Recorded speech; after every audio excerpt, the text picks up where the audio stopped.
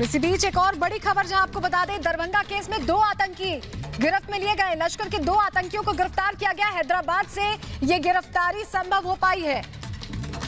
Darbhanga case में 2 आतंकियों को गिरफ्त में लिया गया है। हैदराबाद से गिरफ्तारी हुई है और उनसे पूछताछ में लगातार बड़े खुलासे इस मामले में हो रहे हैं। जो ताजा जानकारी सामने आई है उसके मुताबिक लश्कर का हाथ है, पाकिस्तान का हाथ है। 2 लोगों की गिरफ्तारी हुई है। प्लेटफॉर्म नंबर 1 पर धमाका हुआ था, आपको याद होगा। और हमारी सहयोगी अनेरी हमारे साथ हैदराबाद से सीधे जुड़ रही है, उनसे और ज्यादा जानकारी लेते हैं। अनेरी, देखिए लगातार खुलासे हो रहे हैं। पूछताछ में भी 2 लोगों को गिरफ्त में लिया गया। घटना को अंजाम देने के बाद हैदराबाद में छिपे हुए थे।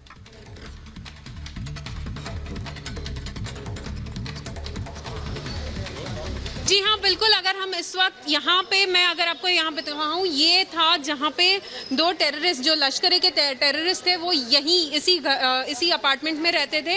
अगर हम ऊपर जाने की कोशिश करेंगे तो हम देखते हैं कि जो लश्कर के टेररिस्ट थे वो यहाँ ऊपर रहते थे, 1st फ्लोर पे।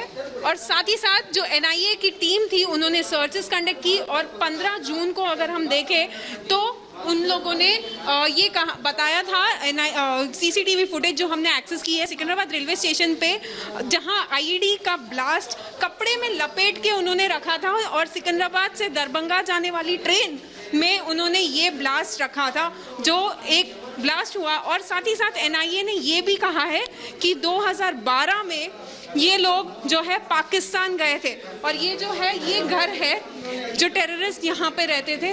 और अगर हम ये आपको दिखाएं, ये घर है जहाँ पे ये लोग रहते थे। और साथ ही साथ बाजू और यहाँ पे जो ग्रोसरी शॉप है, यहाँ पे इनके नेबर्स हैं, वो लोग भी यही कह रहे हैं कि वो लोग यहाँ पे करीब करीब 2 या 3 साल से रहते थे। और साथ ही साथ अगर हम देखें, यहाँ पे ये घर है जहाँ पे ये 2 टेररिस्ट रहते थे, जहाँ NIA ने कल छापामारी की और साथ ही साथ बाद में 2 लोगों को अरेस्ट किया। और आगे NIA ने अब उनका ट्रांजिट ऑर्डर लिया है। अब आगे पटना कोर्ट में उनको प्रोड्यूस किया जाएगा। पर जिस तरह से NIA की टीम बता रही है कि वो लोग यहाँ पे रहते थे, 15 जून को वो लोग सिकंदराबाद रेलवे स्टेशन गए, जहाँ पे एक IED को कपड़े में लपेट के पार्सल सेक्शन में रखा। बिल्कुल अनेरी लगातार वो तस्वीरें दिखा रही हैं। ये वो जगह है जहां पे 2 से 3 साल आतंकी रहे हैं। हम चाहेंगे अनेरी आप तस्वीरें दिखाते रहें, तस्वीरें हम अपने दर्शकों को दिखाते रहेंगे। ये वो जगह है जहां पर ये आतंकी रह रहे थे और यहीं पर छिपकर कहीं ना कहीं उन्होंने सारी प्लानिंग प्लॉटिंग की होगी। हमारे साथ हमारे सहयोगी केशव भी लगातार जुड़े हुए हैं। केशव, जिस तरह से खुलासा हुआ है, पाकिस्तान कनेक्शन सामने आ रहा है, लश्कर कनेक्शन सामने आ रहा है, किस तरह से इन्हें फंडिंग होती थी, ये सारी चीजें अब परत दर परत खुलेंगी, डिकोड होगा ये।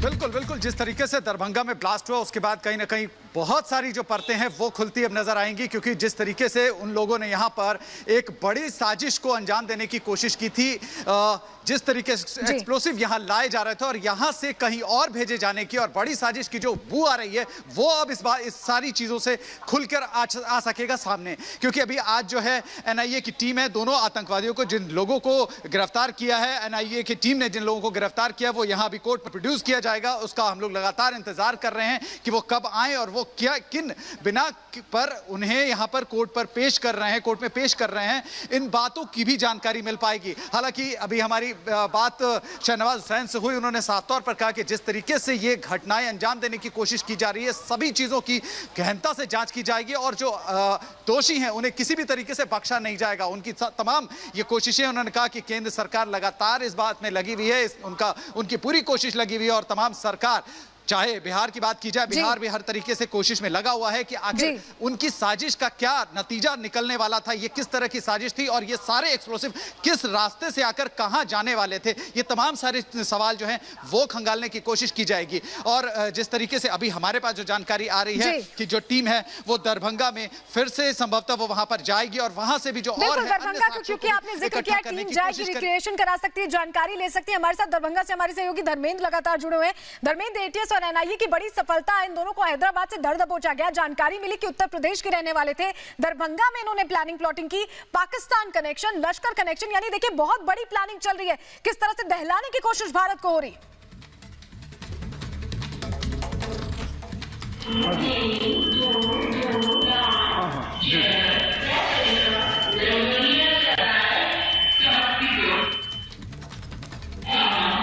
धर्मेंद्र, आप हमें सुन पा रहे हैं?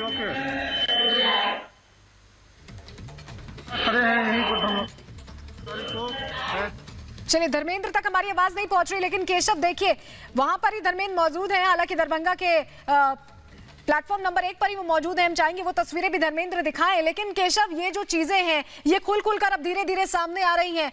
अब इन दोनों भाइयों से जब कड़ी पूछताछ होगी तब सच उगलेंगे। ये कहां से पैसे आते थे, कहां से प्लानिंग होती थी, कौन था मास्टरमाइंड, ये तमाम सच्चाई अब सामने आने वाली है। केशव, सच्चाइयों की तरफ जो है एनआईए की तमाम टीमें जो है वो बात कर रही हैं, कोशिश कर रही हैं कि तमाम सारी जो जानकारियां वो निकल कर आए, क्योंकि किस तरीके से लश्कर तैयबा और तमाम जो पाकिस्तान कनेक्शन निकल कर आ रहा है। जो ब्लास्ट के बाद से जिस तरीके से जब जांच हुई, यहां जो दरभंगा में जिस तरीके से एक्सप्लोसिव लाया गया, किस तरीके से आए और जो अचानक ब्लास्ट होने की वजह से उनकी जो पूरी साजिश थी वो नाकाम होती नजर आई। ऐसे में सवाल उठता है कि आखिर इनकी बड़ी साजिश क्या थी? क्या केवल जो धर्मेंद्र का रुख करेंगे। धर्मेंद्र वही दरभंगा रेलवे स्टेशन पर ही मौजूद है। धर्मेंद्र, जिस तरह से खुलासा हुआ है, किस तरह से दरभंगा को दहलाने की साजिश रची गई, अब सच धीरे धीरे करके सामने आ रहा है। ट्रेन में वो पार्सल में जो लाया जा रहा था वो स्थिति में रखा हुआ था और उसको ट्रेन में ब्लास्ट करने की साजिश थी, जिससे ट्रेन को बर्निंग ट्रेन बनाया जा सके। लेकिन संजोगवश तो ट्रेन में ब्लास्ट नहीं हो पाया और पार्सल उतारने के बाद ब्लास्ट हुआ था।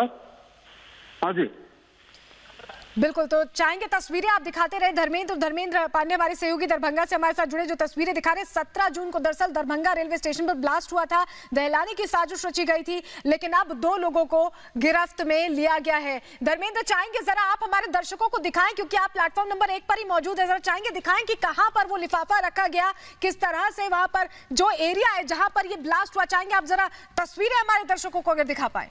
यहीं पे खड़े हैं जहां पर ब्लास्ट हुआ था। 17 तारीख को 3:30 पर इनको ब्लास्ट किया गया था और दरभंगा में पहले भी आतंकवादी संगठन काफी सक्रिय रहे हैं। 2001 से 2013 तक बहुत सारे आतंकवादियों की गिरफ्तारी भी हुई है 2001 से 2013 के बीच में यहाँ पे। जी बिल्कुल, चाहेंगे धर्मेंद्र आप तस्वीरें दिखाते रहें। केशव के पास चलेंगे, तस्वीरें आप दिखाते रहिएगा धर्मेंद्र, क्योंकि दर्शक तस्वीरें देखना चाहते हैं कि आखिर वो जगह कहाँ थी। केशव, जिस तरह से इन 2 लोगों की गिरफ्तारी हुई है, बताया जा रहा है, जो अनेरी बता रही हैं कि 2 से 3 साल एक घर में रहते थे, किराए के मकान में रहते थे और किसी को खबर तक नहीं थी कि ये आतंकी है, ये वो लोग हैं जिन्होंने ब्लास्ट प्लान किया।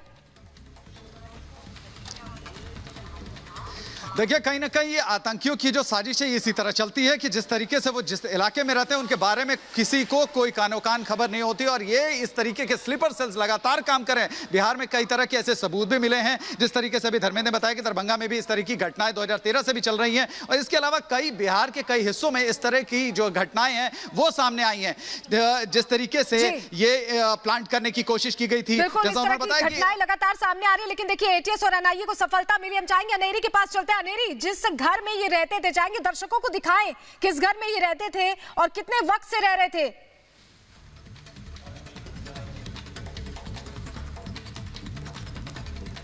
जी बिल्कुल, अगर हम यहाँ पे देखें, ये जो घर है यहाँ पे एक मल्लेपल्ली एरिया में ये लोग रहते थे और आजू बाजू नेबर्स और जो ग्रोसरी शॉप है जहाँ पे हमने बातचीत की वहाँ पे भी वो लोग कह रहे थे कि करीब करीब 2 या 3 साल से ये लोग यहाँ पे रहते थे और कभी किसी को शक नहीं हुआ कि ये लोग कोई पाकिस्तानी टेरर बेस्ड हैंडलर के लोग हो सकते हैं या ऐसा कुछ सस्पिशियस कभी कुछ मिला नहीं इन लोगों को, जबकि ये लोग इनसे रोज मुलाकात करते थे। हालांकि यहाँ पे जब हमने बाजू में ग्रोसरी शॉप है वहाँ पे भी बात करने की कोशिश की तो उन लोगों ने भी यही बताया कि ये लोग जो है यहाँ पे 2-3 साल से रहते थे और अगर हम यहाँ पे ये डोर को नॉक करने की भी कोशिश करें पर अभी कोई खोल नहीं रहा है। अंदर कहा जा रहा है कि अंदर लोग हैं पर कोई डोर खोल नहीं रहे और यहाँ पे ये लोग इसी घर में रहते थे जहाँ पे एनआईए ने कल छापेमारी की और 2 लोगों को अरेस्ट किया। और एनआईए का साथ ही साथ ये भी कहना है कि ये लोग 2012 में पाकिस्तान विजिट किया था, पाकिस्तान जाके वापस आए थे और अगर हम सीसीटीवी फुटेज की अगर बात करें 15 जून जहाँ पे रात के 8:30 बजे के आसपास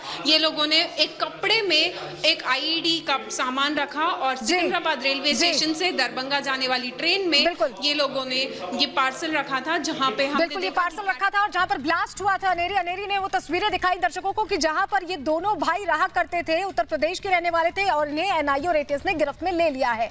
चलेंगे धर्मेंद्र के पास, दरभंगा स्टेशन पर लगातार मौजूद है, प्लेटफॉर्म नंबर 1 जहां पर वो धमाका करने की कोशिश की गई, वो प्लान किया गया। धर्मेंद्र, चाहेंगे दर्शकों को अगर एक सिलसिलेवार तरीके से आप समझा पाए कि कौन सा वो एरिया था जहां पर वो लिफाफा छोड़ा गया, जहां धमाका हुआ, एक बार तस्वीरों के जरिए जरा समझाएं दर्शकों को। ये ट्रेन जो है वो सिकंदराबाद से दरभंगा आती है, प्लेटफॉर्म नंबर 2 पर आई थी और पार्सल करके उसको लेके प्लेटफॉर्म नंबर 2 पर ट्रेन आई थी। वहां से उसको प्लेटफॉर्म नंबर 1 पर लाके रखा गया था। जैसे ही रखा गया 3 बजे दोपहर के 3:30 पर वैसे ही उसमें ब्लास्ट हुआ और अचानक तो भगतदर साहब वहां पर बन गया था। उसके बाद वहां पर जांच के लिए लोग आए, जीआरपी थाना के बगल में ही था वो जगह जहां पर ब्लास्ट किया गया था। बिल्कुल धर्मेंद्र तस्वीरें लगातार दिखा रहे हैं और जानकारी दे रहे हैं कि किस तरह से इस घटना को अंजाम दिया गया था। 17 जून की वो तारीख जब प्लेटफॉर्म नंबर 1 पर धमाका हुआ था और ये सीसीटीवी फुटेज जरा हम दिखा दें दर्शकों को।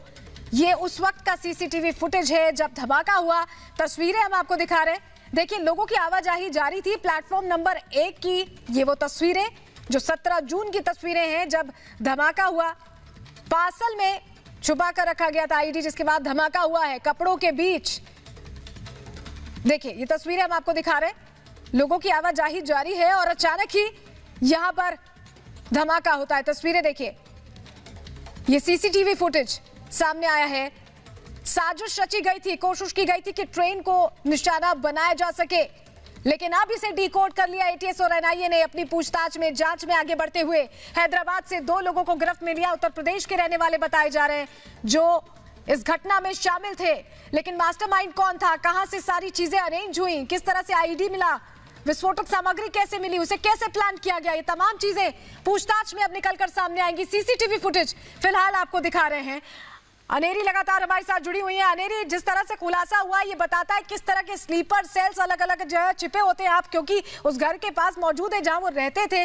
जो आसपास के लोग उन्हें खबर तक नहीं है कि उनके बगल के घर में कौन रहता था। तो ऐसे स्लीपर सेल्स को अब डीएक्टिवेट करने की कोशिश हमारे सुरक्षा बल कर रहे हैं। एटीएस एनआईए की बड़ी सफलता इसे मानी जाए।